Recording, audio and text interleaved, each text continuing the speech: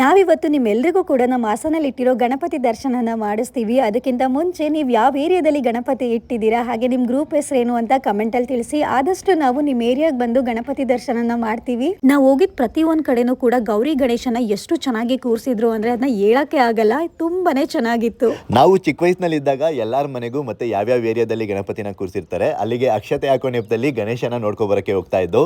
ಆ ನೆನಪುಗಳು ಇವತ್ತು ಕೂಡ ಕಾಡ್ತಾ ಇತ್ತು. ಗಣೇಶ ಚತುರ್ಥಿ ಅಂದ್ರೇನೆ ಏನೋ ಒಂಥರ ಖುಷಿ. ಮನೆಯಲ್ಲಿ ಕೆಲಸ ಮಾಡ್ತೀವೋ ಬಿಡ್ತೀವೋ, ಆದರೆ ಎಲ್ಲಿ ಗಣೇಶನ ಕೂರಿಸಿರ್ತೀವಿ ಅಲ್ಲಿ ಮಾತ್ರ ಎಲ್ಲ ಕೆಲಸನೂ ಮಾಡ್ತಾ ಇರ್ತೀವಿ.